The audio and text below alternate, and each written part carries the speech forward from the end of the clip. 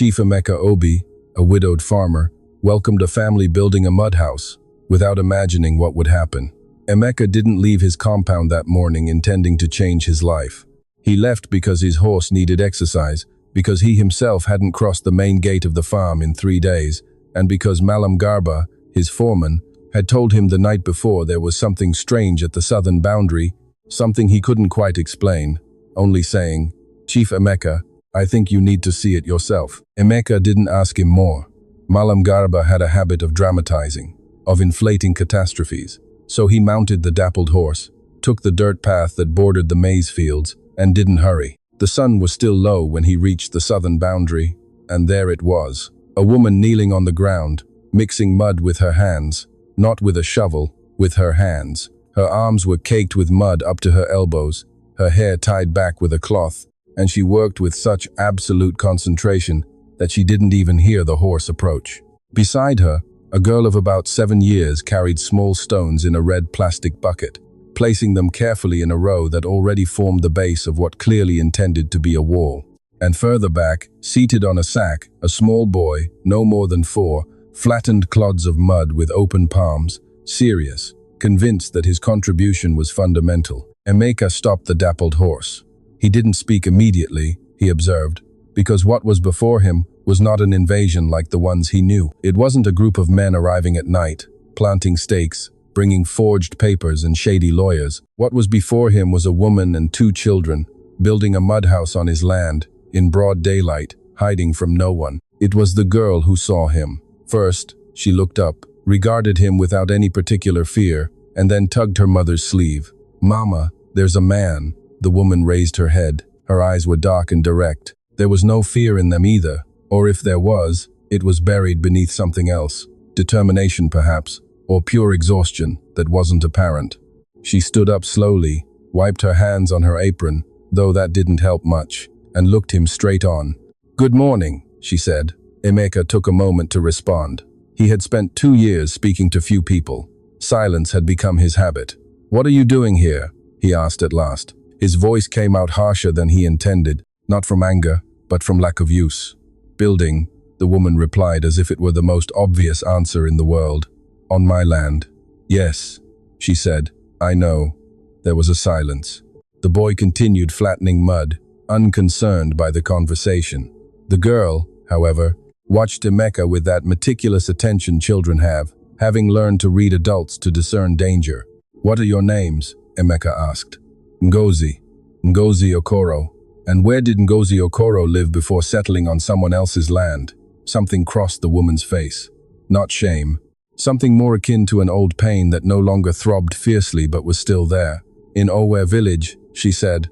"But we have nothing there anymore, and the father of these children." "There is no father," she replied with a neutrality that closed that door with a key. Emeka dismounted. He didn't know why he did it. It was easier to maintain distance from the horse, easier to command from afar. But something in him, something that had been dormant for months, stirred without asking permission, and his feet touched the earth before his head had finished deciding. He walked to the half-built wall. He examined it. The stones were well placed for the work of a 7-year-old girl. The mud had good consistency, mixed with dry straw. Whoever had prepared it knew what they were doing. "Do you know how to build?" he asked. "I'm learning," Ngozi said, "but I'm doing well. This won't withstand the October rains. By October, I'll be finished." Emeka looked at her. She held his gaze without blinking. "By what right are you here?" he asked. And this time there was no harshness in his voice. It was a genuine question. "By none," she replied, "only by necessity." The girl approached. Then she stood beside her mother with the red bucket still in her hand and looked at Emeka with evaluating eyes. "You are the owner of these lands, Amara," her mother said in a warning tone. "Yes," Emeka replied. "I am the owner." The girl processed that with seriousness. "And you will drive us away?" Emeka opened his mouth, closed it, turned around, and looked towards the farm, visible in the distance among the trees, with its old roof and walls he hadn't repainted since Consuelo died, since everything in that house stood still in time, as if time itself had been ashamed to continue. When he turned back, the small boy had stopped flattening mud and was also looking at him, his cheeks covered in dirt and an expression of absolutely carefree curiosity. Emeka felt something in his chest. He couldn't name it. It had been a long time since he had named anything he felt. "I don't know yet," he said, and remounted the dappled horse. He left without saying more. Malam Garba waited for him at the farm entrance, leaning against the gatepost, arms crossed, with that expression of someone who has much to say and is waiting for the moment. Benicio Rufino Palomares had been managing Obi estate for 16 years. He had arrived with Papa Obi, Emeka's father, as an accounts assistant. And when Emeka inherited the property, Malam Garba already knew more about those lands than the heir himself. He was efficient, punctual, and loyal to the farm. In a way, Emeka sometimes couldn't quite distinguish if it was loyalty to him or loyalty to the place. "You saw her?" Malam Garba asked. "I saw her." Emeka dismounted, handed the reins to the stable boy, and walked towards the house without immediately responding. Malam Garba followed him. "Chief Emeka, that woman has no right to be there. I can speak with the local authorities this very afternoon. In 2 days we can get her out with an order." "No." Malam Garba stopped. "How can you say no?" "No, Malam Garba." Emeka climbed the steps of the veranda and sat in the wooden chair, where his father had sat before him and his grandfather before his father. "Leave her." "Chief Emeka, with all due respect, that land is not just any land.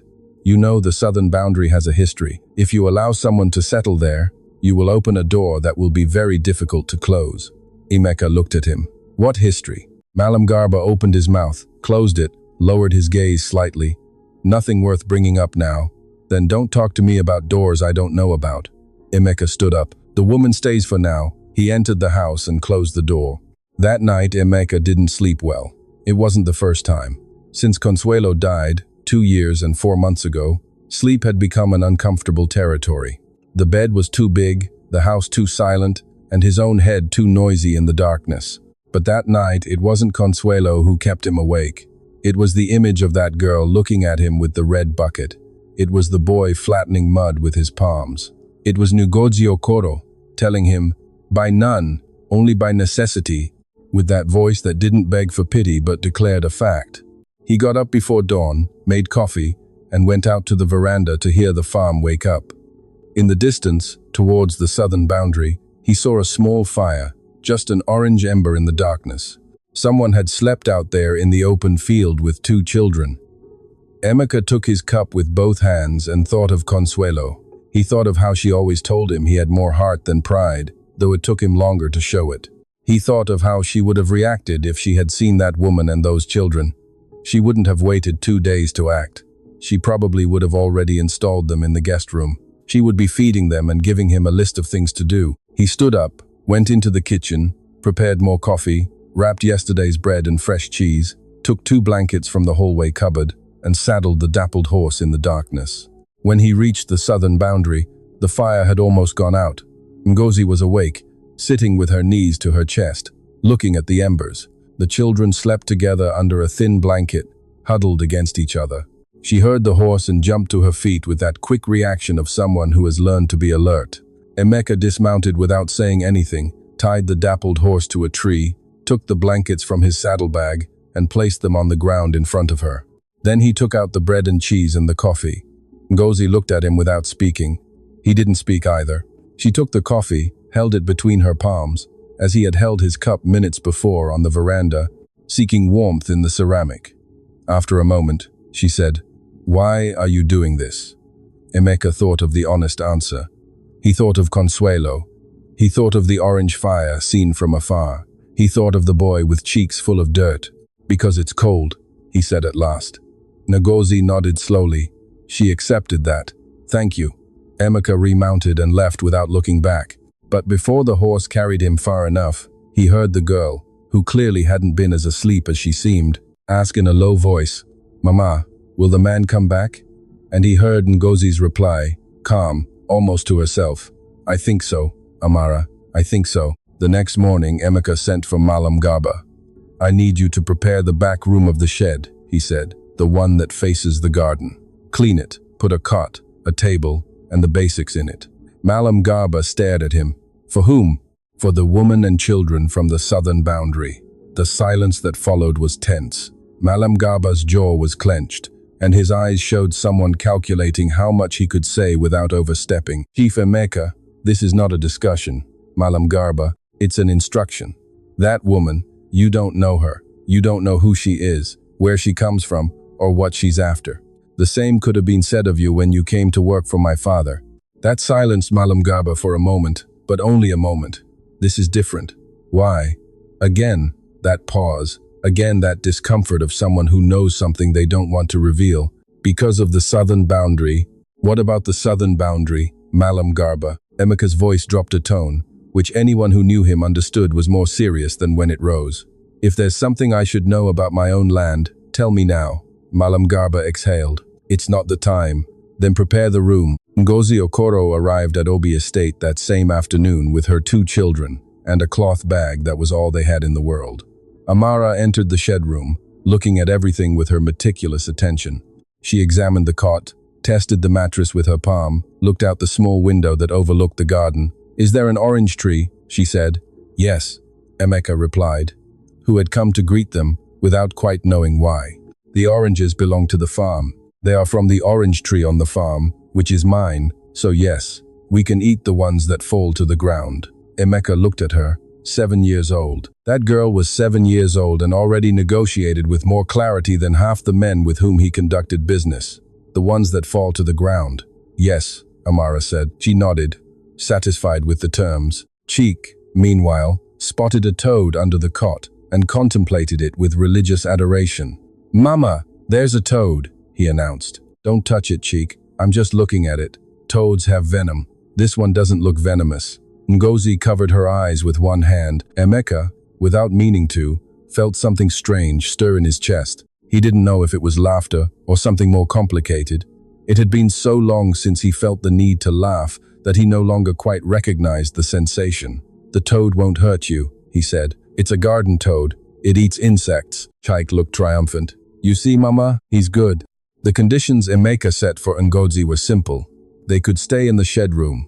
In return, she would help in the farm kitchen during the mornings. It's not servitude, he clarified with more care than he intended to use. It's an exchange.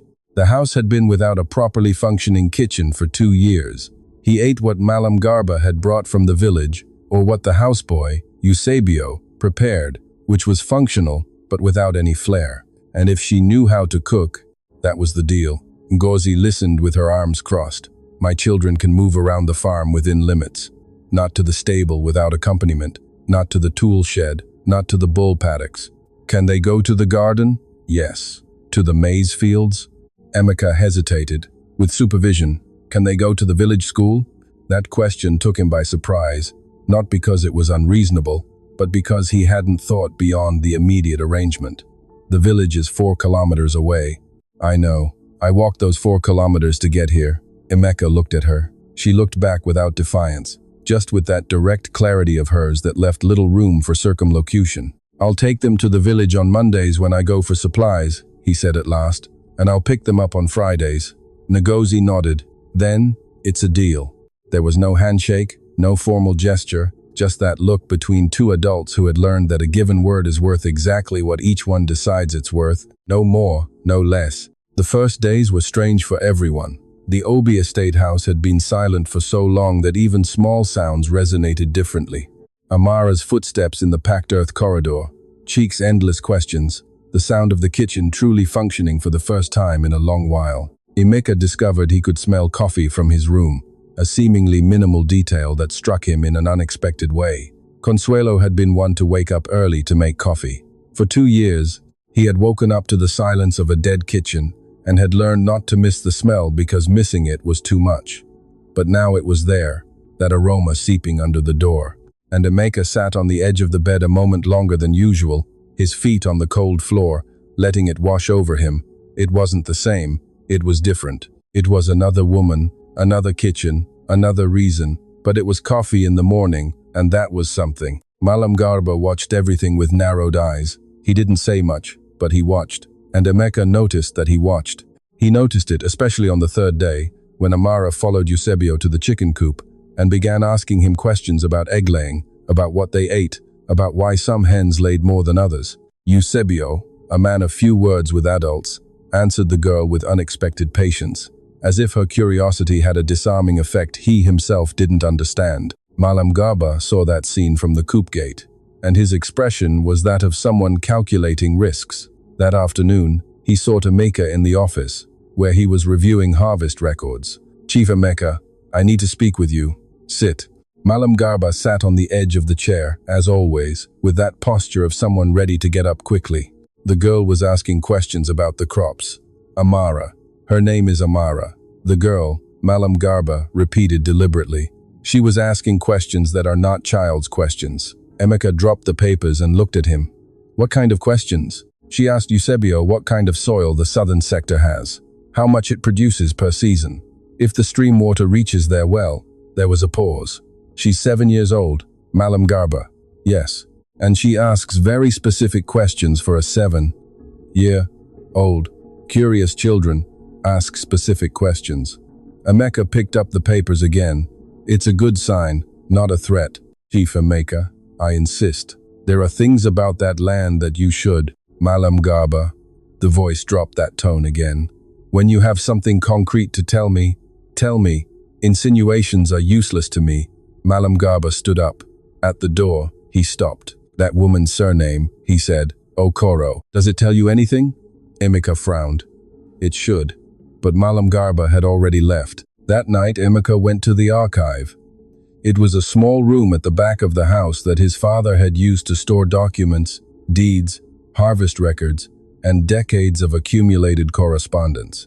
Emeka had entered there few times. It was his father's territory more than his own, and after Papa Obi died, he had continued with the farm, driven more by the inertia of duty than by a deep understanding of its history. He took out the deeds. The oldest documents were fragile, yellow, with tight handwriting that was difficult to read in the lamplight. Emeka reviewed them carefully, searching without knowing exactly what he was looking for. He found the name 2 hours later, in a document from 1987, in a sales transaction for the southern boundary, that same boundary where Ngozi had started her mud house. A certain Pa Okoro appeared as the seller. Emeka read the document twice, then read it a third time. Pa Okoro had sold that piece of land to Evaristo Salvatierra, his own father, for a price that, even in the eyes of someone who was not a lawyer, seemed significantly low for what that land was worth. In the margin of the document, in different, smaller, tighter handwriting, there was a note that said, "Debt settled." Emeka leaned back in his chair. The debt. Ngozi had said they had lost everything due to an unjust debt. She hadn't said it in the context of the farm. She had said it, speaking of Oware village, of her present situation. But now, with this paper in his hands, Emeka began to see a tenuous, ancient line, perhaps broken in several places, that connected that surname to that land. He didn't sleep that night either. The next morning, he waited for Ngozi to finish breakfast. The children had already left. Amara to the chicken coop with her obsessive following of Eusebio, Chike to the garden to watch the toad he had named Captain, and the kitchen was left in that silence that follows the noise of a family. Ngozi was clearing the dishes when Emeka entered. "I need to ask you something," he said. She turned, read something in his expression, and put down the dishes. "Ask." "Pa Okoro, do you know him?" The name fell into the silence like a stone in still water. Emeka saw Ngozi's body react before her face, a sudden tension in her shoulders, a slight change in her breathing before she put her mask of calm back on. "He was my grandfather," she said. Emeka nodded slowly. "Do you know that he sold the southern boundary to my father in 1987? A long pause. "I know. And do you know how that sale occurred?" Ngozi leaned against the edge of the table. She crossed her arms, not defensively, but as if seeking to brace herself. "My grandfather had a debt with your father," she said. "A debt that, according to my mother, was never entirely clear. My grandfather was a man of the land, not of papers, and your father was a man of papers, as well as the land." She paused. "The land passed into the hands of the farm, and my family was left with nothing. That was almost 40 years ago. No one claims it anymore. I didn't come here to claim anything, Chief Emeka." "Then why did you come here? Why precisely here?" Ngozi looked at him directly. "Because when you have nowhere to go, your body takes you to where there once was something of yours." She lowered her voice a little. "I didn't think of it that way when I set out. I just knew there was land south of the farm that seemed forgotten. I didn't come knowing the full story, but I knew part of it. In part, a pause. My mother told me that my grandfather cried the day he signed those papers, that he was never the same after, and that that land had good water and fertile soil, and that that was what they had really stolen from him. Not the plot, but the future. Emeka was silent for a moment. I didn't know anything about that, he said at last. You didn't have to know. It was my father who knew. Yes. Another silence. This one heavier, laden with things neither of them had put there, but which somehow already were. What are you going to do with that? Ngozi asked. And in her voice there was no accusation, only the real, direct question of someone who needs to know what to expect. Emeka didn't answer immediately. He thought of his father, of the serious and efficient man Papa Obi had been, who had made the farm grow from a medium property to one of the most important in the region, and had used, on more than one occasion, the mechanism of debt. A man Emeka had respected more than loved, and who had died leaving a prosperous farm and some unanswered questions that Emeka had never stopped to formulate. I don't know yet, he said for the second time since Ngozi had come into his life. She accepted that answer, took the dishes back, and continued washing. Emeka left the kitchen with the weight of 40 years of history on his shoulders. Malam Garba sought him out that same midday. He arrived with the expression of someone who knows the conversation can no longer be postponed. She already told you, Emeka said before the other man opened his mouth. You already know about the surname. Yes, and about the land too. Malam Garba sat down, this time not on the edge, but fully in the chair, as if the conversation would be weighty. Chief Emeka, when your father made that transaction with Paokoro, I was still young, newly arrived at the farm. I wasn't privy to the details, but I heard things. He paused. That debt Paokoro had with your father, some say it was fabricated, that Papa Obi needed that piece of land for the water, because the stream that irrigates it comes from upstream, and controlling that land meant controlling the irrigation of the entire lower part of the farm, and that he found a way to pressure a man who had no means to defend himself. Emeka didn't speak. I never told you because it wasn't my place and because it was already done and because your father was a good employer, and I wasn't going to stir that up. But now that this woman is here, I thought you shouldn't know about it. I thought it was a problem that could be avoided if she left, before it became complicated. Emeka stood up, went to the window, looked towards the garden where, somewhere among the orange trees, Chiki was probably talking to the toad. Is there any document that proves what you say? Something that shows the debt was irregular? Not that I know of, but the sale price speaks for itself. The sale price is in the document. I saw it last night. Malam Garba nodded. Then you know. Emeka didn't respond. He kept looking out the window. Chief Emeka, Malam Garba said, and his voice now had something different, less of an administrator, more of a man who had been keeping something uncomfortable for years. I understand you want to do the right thing, but if you start to open up that history, if you start to question how the farm was built, I don't know how far it will go. What do you mean? That wasn't the only transaction of that kind your father made. The silence that followed was different from all the previous ones. Darker, denser. Emeka turned slowly. How many more? Malam Garba lowered his gaze. You would have to check that yourself in the archive. 3 days passed. Emeka spent those 3 nights in the archive reviewing documents with a flashlight because the room's lamp was old and flickered. He was building an image that he didn't like but couldn't ignore.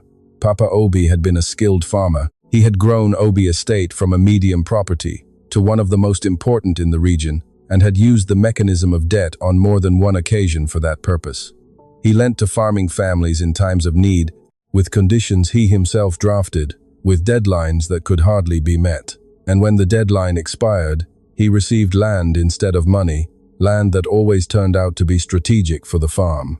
He wasn't a criminal in the literal sense. He was a man of his time, operating within the margins of what was legal, though not fair, and he was his father. Emeka closed the last file in the early hours of the 4th day and sat in the dark room with his hands on the papers. He thought of Consuelo. She had known his father. She had respected him, but also viewed him with a certain reserve that Emeka had never fully understood. Once, years ago, Consuelo had told him something he had dismissed at the time. Your father built with materials that didn't always belong to him, Emeka.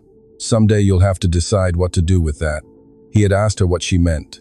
Nothing concrete, she had told him, just that the land has more memory than people. At that moment, he had taken it as one of those philosophical comments Consuelo had from time to time. Now, with the documents before him, he understood that she knew more than she had said, and that she had warned him. On the 5th day of Ngozi living in the shed, Amara stood at the door of Emeka's office. He saw her there, hand on the frame, waiting for permission to speak. "Come in," he said. The girl entered, stood in front of the desk. She had a very serious expression for her 7 years.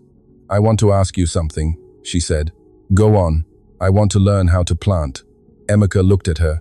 "To plant?" "Yes. Eusebio says they are going to prepare the land for the next planting now, that they have to clear and fertilize and make the furrows. I want to learn. But he said I had to ask you, why do you want to learn?" The girl thought about it genuinely before answering, "Because if I know how to plant, when I grow up, I can plant on my own land and not depend on anyone." Emeka felt something in that answer pierce him in a way that had nothing to do exactly with the girl in front of him, but with everything he had been reading in the archive those nights. The land as security, the land as future, the land that one man had taken from another with a paper and a fabricated debt, and how that act had traveled decades to become a mother with 2 children building a mud house on the southern boundary, because her body took her where there had once been something of hers. "Talk to Eusebio," Emeka said. "Let him teach you." Amara smiled. It was the first time he had seen her truly smile, not with courtesy, but with genuine joy. And it lasted only a second before she returned to her serious expression. But that second remained in the room like something that had already happened and could not be undone. "Thank you," she said, and she left. Emeka remained looking at the empty doorway. That afternoon he found Ngozi in the garden harvesting tomatoes. It wasn't a planned search. He was going to the garden for another reason, and she was there, but he stopped, and she saw him, and neither of them continued walking. "Amara asked me to teach her how to plant," he said. "I know, she told me this morning. Are you in agreement?" Ngozi wiped her hands on her apron. "I don't stop her when she wants to learn something," she said. "It has never gone well for me to try." Emeka nodded. There was a silence that this time was not awkward, but of another kind. A silence that exists between 2 people who know more about each other than they have said aloud. "I found the documents," Emeka said. Ngozi didn't pretend not to understand. "What are you going to do?" "I'm still thinking." "You don't have to do anything," she said with quiet firmness. "That was 40 years ago. You didn't do it." "No, but I inherited it." She looked at him. Something in her eyes changed. Not softening exactly, but a recognition, like someone who sees in the other something they didn't expect to find. "My grandfather died convinced that someday, someone from the Obi family would come to tell him I was wrong. Not to return the land, but just to say it." Pause. "It never happened, and he died carrying that. I'm sorry. It's not your fault." "No, but it is my responsibility." Ngozi looked at him for a moment longer. "Why?" she asked. And the question was not rhetorical. It was genuine. It was the question of a woman who had learned that responsibility is rarely inherited voluntarily. Emeka took a moment to respond. "Because if I do nothing with what I know, I am complicit, and I don't want to be." Ngozi nodded slowly. She didn't say anything else. She returned to the tomatoes, but when Emeka left, something in the stiffness of her shoulders had barely softened, like when a muscle that has been tense for a long time finally begins to release. The following weeks transformed the farm in ways that were difficult to pinpoint exactly, because they occurred at the margins, in the details, in the noises and silences. Chike had made Captain the Toad his reason for being. Every day he went to the garden to verify that he was still there. He talked to him, explained things to him, informed him about the weather. Eusebio, who in his 20 years on the farm hadn't laughed much, began to make comments that were almost jokes when the boy was nearby. The stable boy, Klimako, who was 15 years old and shy, learned from Cheek the ability to make animal noises, and the two chased each other around the dirt courtyard, making sounds that, when Emeka heard them from his office, tightened his chest with something that wasn't exactly sadness, but the acute awareness of what had been missing in that house for a long time. Amara, for her part, learned, not casually or for entertainment. Amara learned with that concentrated seriousness of someone who accumulates knowledge because she considers it an investment. Eusebio taught her to prepare the soil, to recognize the difference between clayey soil and sandy soil by the way water penetrated it. He explained the planting cycles, the moons, the weather signs, and the girl absorbed all this without apparent effort, asking questions that sometimes puzzled Eusebio himself. One afternoon, Emeka found them at the eastern boundary, not the southern boundary where Ngozi had started the mud house that had been abandoned since they settled in the shed, but further east, where the stream passed closer. Amara had a stick in her hand and was drawing a line on the ground, while Eusebio explained something about the direction of the water. Emeka stopped at a distance and listened. "Here, the water comes from the hill," Eusebio was saying. "In the rainy season, if it's not controlled, it overflows and rots the crop. But if well-made channels are built, that same water that damages can irrigate." "Why haven't they been built?" Amara asked. Eusebio scratched his head. "Because it requires work and money, young madam, and Chief Emeka has other priorities." "Have you told him this sector could produce more?" "It's not my place to tell him that." "Why not?" "Because I'm the worker, young madam. I don't propose." Amara wrinkled her brow with evident disagreement regarding that philosophy. Emeka returned to the farm without interrupting them. That night he sought Eusebio. "What you were explaining to the girl today at the eastern boundary," he said, "is it true?" Eusebio looked at him with some discomfort, like someone who fears having said too much. "Yes, Chief Emeka, that sector could yield double if the channels are worked on." "How much would it cost?" Eusebio did mental calculations. "With our own labor and materials from the hill, not so much, but it takes time. 2 months of constant work." "Start planning it." Eusebio blinked. "With whom, Chief Emeka?" "We are few here. We will hire people from the village." A pause. "And ask young Amara what she has in mind. Sometimes new eyes see what accustomed eyes no longer notice." Eusebio took a moment to process that, then nodded slowly with an expression that was a mix of surprise and something that, in him, passed for admiration. Malam Garba saw all this with increasing alarm, which he stored in layers like someone stacking stones without saying what for. He did not object openly. Emeka had made it clear to him that discussions without substance had no place, but he did small things that Emeka began to notice. He arrived late to administration meetings. He gave instructions to the workers that subtly contradicted Emeka's. One afternoon, when Ngozi went to the village on a kitchen errand, Malam Garba spoke with her at the gate for several minutes. Emeka saw them from afar without being able to hear. When Ngozi returned, she had an expression that she quickly controlled, but which he managed to glimpse. That night he went to the kitchen while she was preparing dinner. "What did Malam Garba tell you?" Ngozi continued cutting without looking at him. "That I should think about how much longer I wanted to stay here. That's all." A pause. The hand with the knife stopped for a moment. "He said that in the village, there are things being said about me, that I came here with intentions, that people are wondering what a single woman is doing settling on a widowed farmer's land." Emeka leaned his hands on the doorframe. "And that affects you?" Ngozi resumed cutting. "What affects my children affects me. If the rumors reach the school, and Amara hears them, that affects me. I'll talk to Malam Garba." "No need."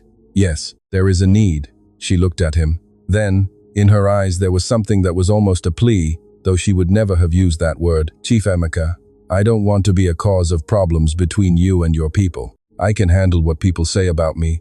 I've handled worse things. But if the foreman and you fight because of me, that affects the farm. And the farm is what gives me and my children shelter right now. What Malam Garba is doing is not protecting the farm. It's protecting something else. And I need to understand what it is." She held his gaze for a moment. "Be careful," she said, and returned to dinner. Emeka spoke with Malam Garba the next day, early in the office, before the rest of the farm stirred. "I need you to explain what really worries you," he said. "No insinuations. The concrete reason." Malam Garba exhaled. "Chief Emeka, that woman is the daughter of Chukwudi Okoro, Pa Okoro's son." "Yes, and Chukwudi Okoro, before he died, tried twice to sue your father over that 1,987 transaction, both times unsuccessfully, because he didn't have enough proof and because Papa Obi's lawyers were better, but he left records, formal attempts. And there's a lawyer in Ibadan who worked with him, who is still alive, and who, I've been told, still keeps those papers." Emeka processed that. "Do you think Ngozi came here with a plan to use that legal history?" "I don't know if she has a plan, but if someone puts those papers from the lawyer in her hand and tells her, 'You have a case?'" Malam Garba. Emeka spoke calmly. with that calm that is built when one has thought much about something. If those papers exist and that case has merit, it should be known. I have no interest in defending something my father did wrong. Malam Garba looked at him as if he had heard something in another language. Chief Emeka, that is the farm. That is the land. I know. If it comes to light that the acquisition of the southern boundary was fraudulent, that could open other questions about other boundaries, about how all of this was built. I already know, Malam Garba. The silence was long. And you don't care? Emeka thought of Consuelo, of what she had said about the land and memory, of the image of old Pao Coro crying the day he signed the papers, of Amara tracing lines on the ground by the stream. I care about doing the right thing, he said, more than protecting what was built with the wrong thing. Malam Garba stood up. On his face there was something that went beyond professional disagreement. There was a kind of grief, like someone watching something they had believed in crumble. Then I don't know if I can continue to be the foreman of this farm, he said. Emeka looked at him for a long moment. That's a decision only you can make, he replied. But if you decide to stay, I need you to be loyal to what is right, not to what was. Malam Garba left without responding. That afternoon it rained, one of those sudden, dense rains that fall in the highlands without asking permission, turning dirt paths into rivers of mud and the farmyard into a dark mirror. Emeka was on the veranda when he saw Chike run out into the garden in the rain. He went after him instinctively, without thinking. He found him in the garden, soaked and squatting beside a tomato plant flattened by the downpour, desperately searching under the leaves. Captain hid, the boy said without looking up. Toads hide when it rains, and I can't find him. Toads know how to take care of themselves, Emeka said, squatting too in the rain. They go under the earth or under the stones. That's what they do. But he's fine. He's fine. Cheek looked at him. His hair was plastered to his forehead, and his eyes were wide with an urgency that was absolutely sincere. Really? Really? The boy nodded. He took Emeka's hand with total naturalness, as if it were the most normal thing in the world, and stood up. So, can we go inside now? Emeka felt that contact, the small, wet, 4-year-old palm in his own, and stood motionless for a moment, unable to do anything with what it made him feel, which was something very ancient and very buried, that moved like water under the earth when it rains hard. They walked together towards the veranda in the rain. Ngozi saw them arrive from the doorway. She saw Chaik's hand in Emeka's. She didn't say anything, but something in her expression changed in a way she didn't try to completely hide. The lawyer in Ibadan was named Barrister Adekunle Johnson. Emeka sought him out himself without telling Ngozi or Malam Garba. He went to the village, used the hardware store's phone, and spoke with someone who knew someone until he found the number. Barrister Adekunle Johnson was a 70-year-old man with a voice that sounded like old paper and much memory. Chukwudi Okoro, he repeated when Emeka explained, "Yes, I remember him well. A man very hurt by that history. A man who wanted justice more than money. Who tells me it's you? Emeka Obi, the son of the man who made the transaction." Silence. "That is a surprise," the lawyer said at last. "I have the documents. I reviewed my father's files, and I believe you are right." "Right about what?" That sale was not clean." Another longer silence. "What do you want, Mr. Obi?" "I want to do the right thing, but I need to know what my legal options are. If there's a formal case, I'd rather face it head-on than encounter it indirectly in 5 years. And Rodrigo's daughter, do you know her? She lives on my farm." The pause that followed was several seconds. "Mr. Obi," the lawyer said with a voice that now had something different. Something that was perhaps respect or surprise or both. "I think we need to talk in person." Emeka didn't tell Ngozi where he was going the following week when he left for Ibadan, but she knew somehow or suspected because when he returned 2 days later, she was on the veranda waiting for him alone. The children were already asleep. He dismounted, handed the horse to Klimako, who appeared without being called, and climbed the steps. Ngozi didn't ask. She just looked at him. "I went to see Barrister Johnson," he said. She closed her eyes for a moment, then opened them. "Why?" "Because I needed to know what had to be done and how. That wasn't your problem." "Yes, it was, Chief Emeka." She let out a slow breath. "I didn't come here looking for that. I know. I came because I had nowhere to go. I didn't come to collect a 40-year-old debt. I know that too. Then why did you go?" Emeka leaned against the veranda post, looked towards the dark field, where the stars were abundant, and the highland sky had that depth that makes you feel small, in a way that doesn't hurt, but accompanies. Because Consuelo was right, he said, about the land and memory, and because if I don't do it now that I can, later I won't be able to look at myself in the mirror. Ngozi looked at him sideways. Who was Consuelo? My wife. A pause. How long ago did she die? 2 years and 6 months. Ngozi nodded. She didn't say I'm sorry or any of the things that are said because they are what one says. She was silent in a way that was more honest than any formula. Johnson says there are grounds for a claim, Emeka said, that the documents my father used had irregularities, that at the time they weren't pursued because Chukwudi didn't have the resources to sustain the lawsuit, but that the case exists. What does that mean for the farm? That the southern boundary technically might not belong to me. Ngozi didn't speak. Johnson proposed 2 paths to me, Emeka continued. 1, a formal process that could last years and would destroy the farm in the process because it would open questions about other lands as well. 2, a private agreement, documented, legal, but without a trial. What kind of agreement? To transfer the southern boundary to your name. With all the documentation in order, without conditions. Ngozi remained very still. The night around them had that low, constant sound of the nocturnal countryside, the crickets, the wind in the maize field, a distant dog barking once and falling silent. That's a lot, she said at last. It's what's right. You have no obligation. Yes, I do. Perhaps not legal, but I do. Ngozi turned and looked towards the field. Emeka saw her in profile, her chin firm, her jawline tense, her eyes shining with something she wasn't going to let fall, because she wasn't one to let anything fall where someone could see it. If I accept that, she said, what happens with everything else? What do you mean, this? She made a vague gesture that encompassed the farm, the veranda, the space between them. What happens with the shed room? With the kitchen, with Amara and the irrigation channels, with Cheek and the toad? Emeka took a moment to understand what she was asking. When he understood, he felt something in his chest tighten and release at the same time. Nothing happens, he said, unless you want it to happen. Ngozi looked at him, and if I wanted it to, then that would be another conversation. There was a moment between the two that was long and still and laden with everything neither had yet said and that no longer fit into the silence. It was she who broke it. First the papers, she said, the rest later, and entered the house.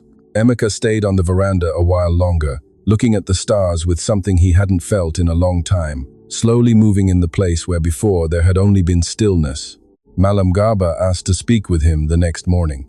He arrived at the office before dawn, which was the first time in 16 years he had done that, and Emeka knew by that single fact that what was coming was important.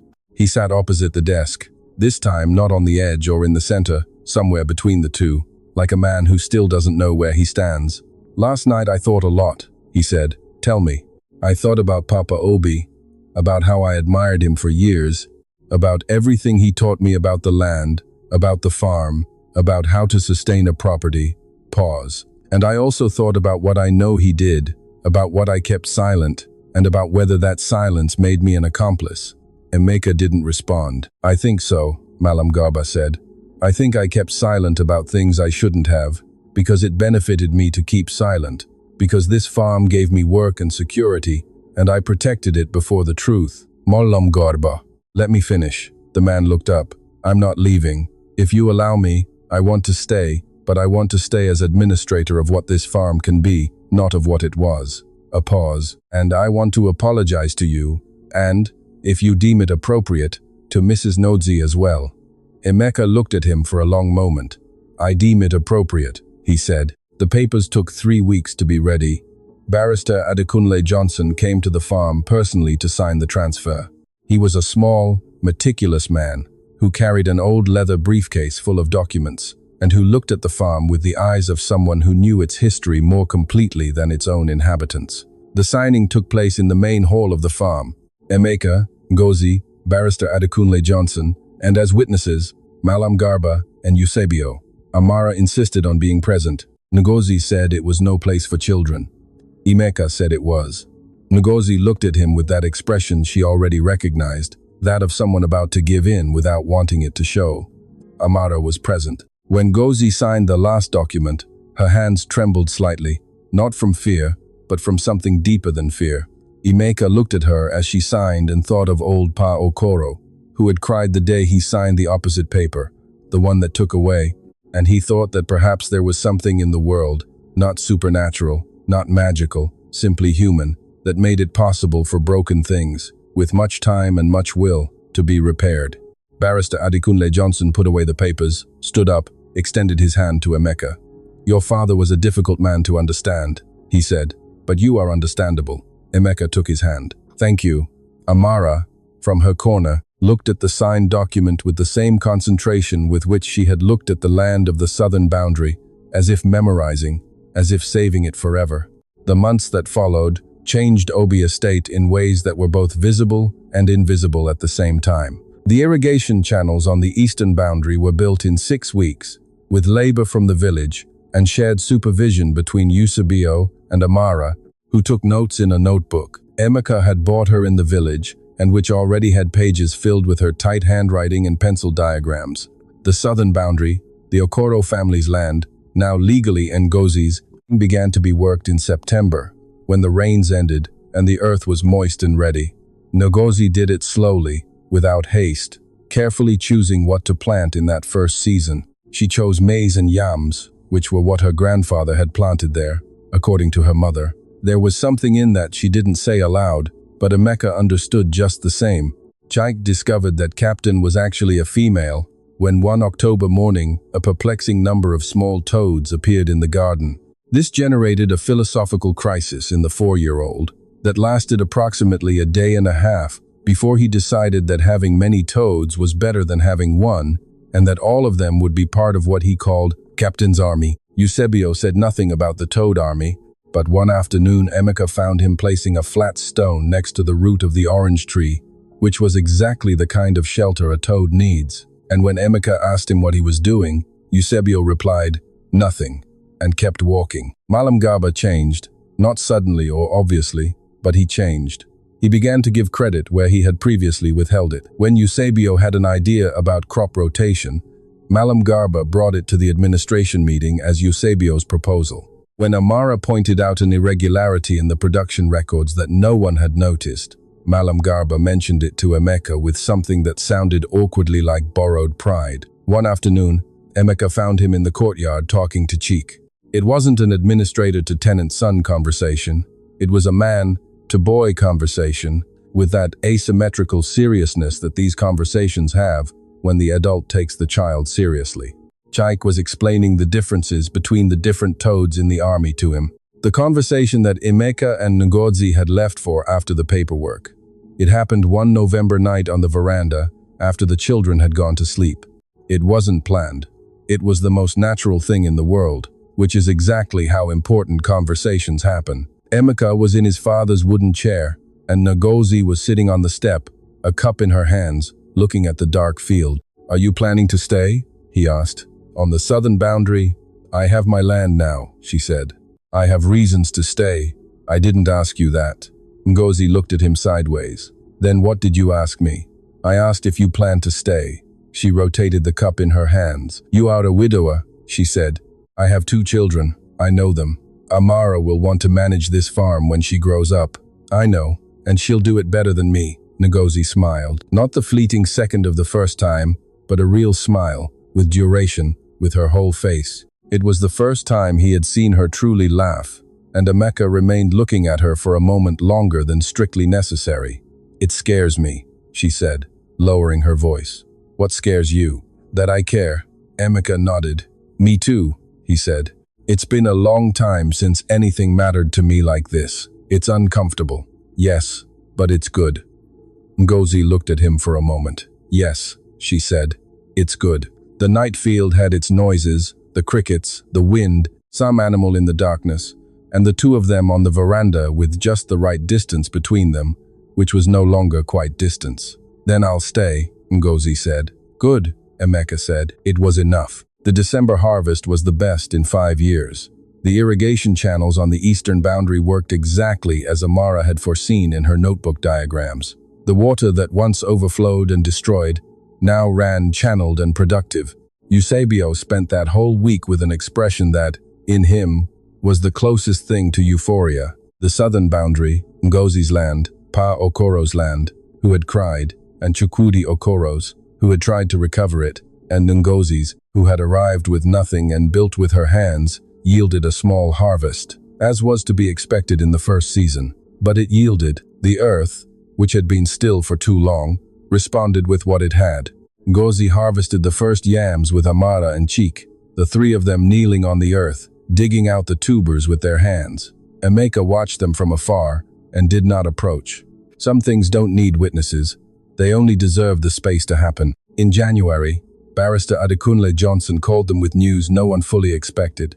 He had found in an archive he himself had kept a letter from Pa Okoro himself, written in 1989, 2 years after the sale, never sent, addressed to no one in particular, or perhaps to everyone. In it, old Pa Okoro described in detail what had happened with the debt, with the land, with the price. He described how Papa Obi had presented him with the papers at a time when he was in debt or faced losing everything, and how the signing was less a decision than a surrender. And at the end of the letter, in handwriting, Vargas described as shaky, old Pa Okoro wrote a single extra line: "I hope that whoever comes after knows what was done here and has the courage to name it." Johnson asked what they wanted to do with that letter. Ngozi and Emeka looked at each other. "Keep it," Ngozi said, "for Amara, so she knows where she comes from." Johnson nodded. Emeka didn't say anything, but he thought of that line of old Pa Okoro, hoping that someone would have the courage to name what had been done. And he thought that perhaps naming it didn't require a trial, nor a scandal, nor public reparation, that sometimes naming something was simply not continuing to keep silent, acting differently, building differently. Spring arrived late that year. It arrived in March, with warmer sun, and the almond trees along the path suddenly blooming, as if they had been waiting for the right moment.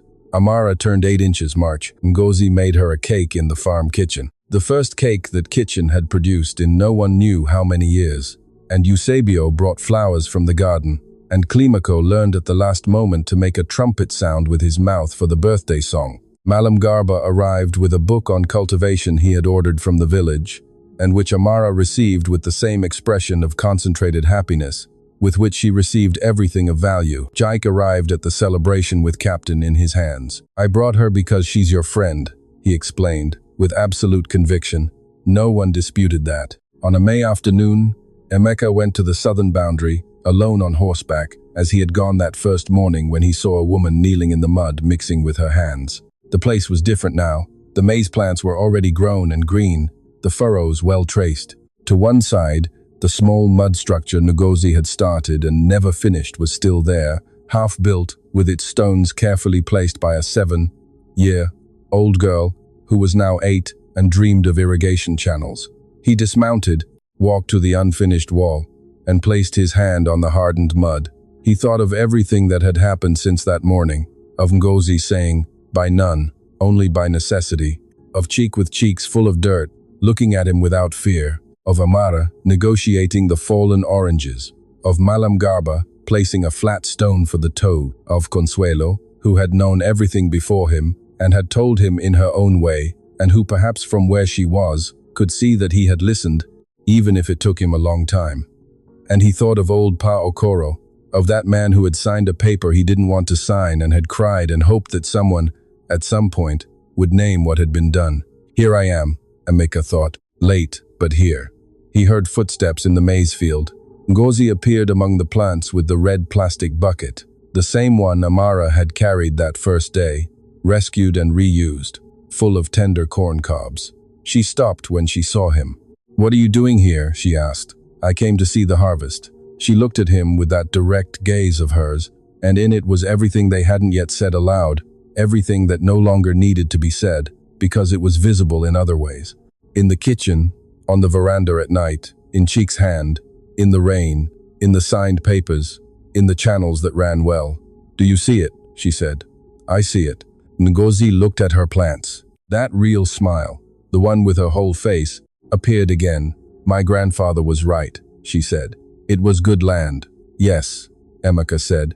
"It was good land." He walked towards her, and there, among the maize plants of the southern boundary, where a man had cried 40 years before, and a woman had arrived with nothing with a red bucket and 2 children, and the sole determination to build with her hands. Something ended and something began at the same time, as happens with all things worth doing, without announcement, without theater, with the exact simplicity of what is true. Amara Okoro learned to read the soils before she learned to read the clock. At 12, she already knew that the eastern sector yielded more in dry years. At 16, she proposed a water management project to the local council for small producers in the region. At 18, she received a scholarship to study agronomy in Ibadan. In her backpack, she carried an old notebook full of diagrams and notes in tight handwriting, and a letter from a man she didn't know, but whose land she knew well. The letter from Pa Okoro. Chike Okoro never knew exactly how many toads were in Captain's army, but every year without fail, in October, when the new generation was born under the orange tree, he counted them with the same seriousness as at 4 years old. Malam Garba worked at Obi Estate for 16 more years. When he finally retired, Amara gave him a blank book with a note inside that said, "So you can write what you know, there are things that should not be kept silent." Chief Emeka Obi never again felt that house as a place in pause. It took him a long time to learn to name exactly what he felt, because he had gone a long time without practice. But he learned it, and Ngozi, who was patient with important things, waited for him. The mud wall on the southern boundary was never finished. It remained there half-built, as a reminder that sometimes the most important thing is not the destination reached, but the determination with which one begins. And at Obi Estate, where the earth was hard, but fertile for those who persist, things continued to grow as they had always wanted to grow. If you reached here, it means this story touched something in you, and that is the most valuable thing there is. We want to ask you something important. If this story moved you, made you reflect, or simply accompanied you during these hours, subscribe to our channel right now so you don't miss any of the stories to come. Every week we bring new, human, and profound narratives like this. Like this video, that small gesture tells the algorithm that this story deserves to reach more people and helps us enormously to continue creating. And tell us in the comments from where you are watching this video. We love to know from what corner of the world you are accompanying us. Write us your city, your country, whatever you feel. Activate the notification bell so you are the first to know when we upload a new story. You won't want to miss what's coming. This channel lives thanks to you. Help us grow by sharing it with someone who needs a good story today. Until the next story. With love from here to wherever you are.